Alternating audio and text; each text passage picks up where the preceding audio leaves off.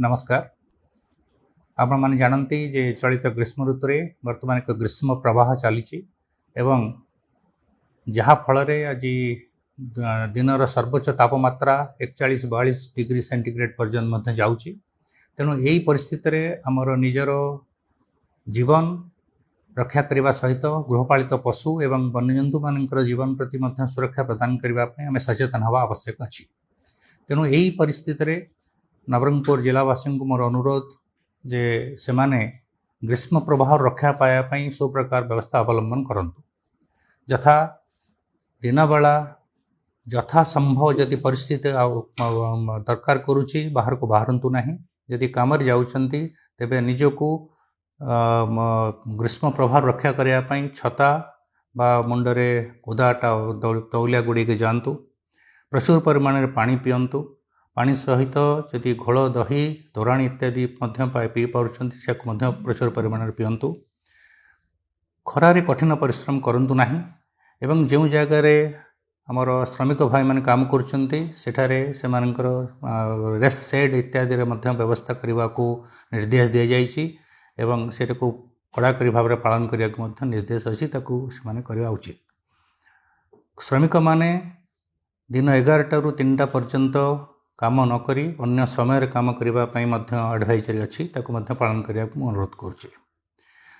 बाहर को बाहर समय पानी बोतल नियंतु एवं निजको यथासंभव खरा ठारू दूरी रखापी चेष्टा करंतु। मादक द्रव्य सेवन करंतु नहीं। एवं जो गृहपालित पशु मान अच्छी से यथासंभव छाई रखंतु एवं प्रचुर परिमाण में पानी पीवा को दिंतु। भारतीय पाणीपाग विभाग द्वारा जितेबाला ग्रीष्म प्रभाव संक्रांत कौन तथ्य आसूची ताकू नजर रखंतु एवं से अनुसार निजको ग्रीष्म प्रभाव रक्षा करने चेष्टा करंतु। यह सहित जिला प्रशासन तरफ समस्त कम्युनिटी हेल्थ सेंटर आमर सब डिविजन हॉस्पिटल एवं डिस्ट्रिक्ट हेडक्वार्टर हॉस्पिटल रे आमर ग्रीष्म प्रभाव चलित संक्रांत रोगी मान चिकित्सा करने पर्याप्त परिमाण व्यवस्था रखा जाइए। बरफर व्यवस्था अच्छी। सलाइन इत्यादि देवाई व्यवस्था रखा जाइए। एवं जेकोसी जगार जदि कहार कौन समय कौन जगार आम जदि ग्रीष्म प्रभाव प्रभावित कौन व्यक्ति को आम देखुचे जिते शीघ्र पारा जाए डाक्तखाना को आनी चिकित्सा करांतु। या सहित आमर स्कूल विद्यालय समय आम टिके परिवर्तन करूँ आवश्यकता को देखी। सकाल 6:30 ରୁ 10ଟା पर्यंत नवरंगपुर समस्त स्कूल कार्य करिवो एवं अंगनवाड़ी केन्द्र गुड़ी कार्य करेंगे। 10ଟା पर यथाशीघ्र से पिला एवं छोट पिला आम घर को पठेदा व्यवस्था करने को मो निर्देश दे सारी।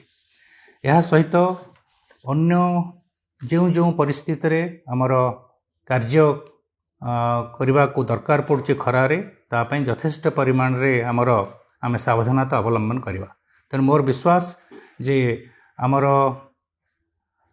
जोठी जो पर्यंत आमर ग्रीष्म प्रभाव कार्य करुच्ची ग्रीष्म प्रभाव ये रही आमको सतर्क होगा पड़ो एवं आम सतर्कता ही आमर जीवन को रक्षा कर मोर विश्वास। तेणु समस्त को मोर अनुरोध से ग्रीष्म प्रभाव समय ग्रीष्म प्रवाह जनित सतर्कता अवलंबन करंतु।